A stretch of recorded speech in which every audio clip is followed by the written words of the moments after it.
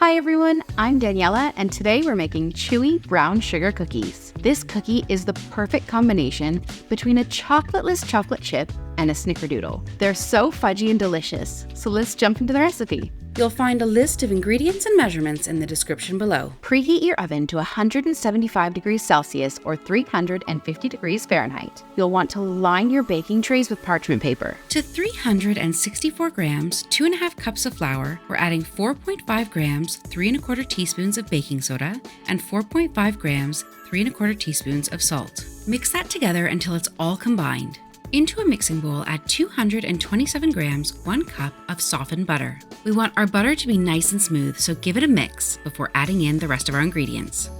To our butter, we're adding 350 grams, 1 3/4 cups of dark brown sugar. Dark brown sugar is important because it really gives that deep molassesy flavor to the cookies. Cream these together until the mixture lightens slightly in color. Make sure to scrape your bowl periodically to get everything well incorporated.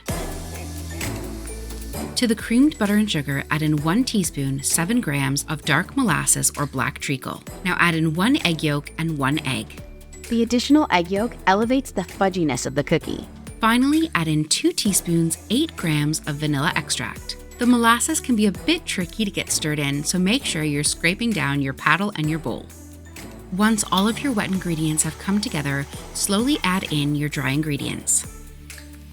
Give everything a final scrape to make sure it's fully mixed together. The cookie dough looks good enough to eat just like this.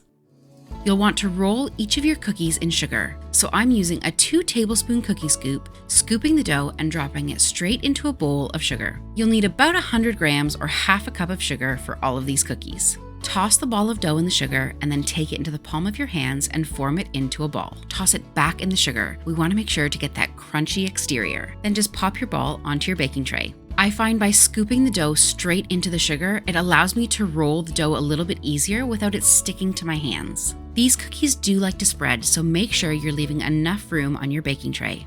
These cookies will bake for 10 to 11 minutes, and then you'll want to let them cool on the pan for 5 minutes before moving them to a cooling rack. Once the cookies have cooled for about 5 minutes on the tray, slide them onto a wire rack to cool completely. All that's left to do is split one open and enjoy.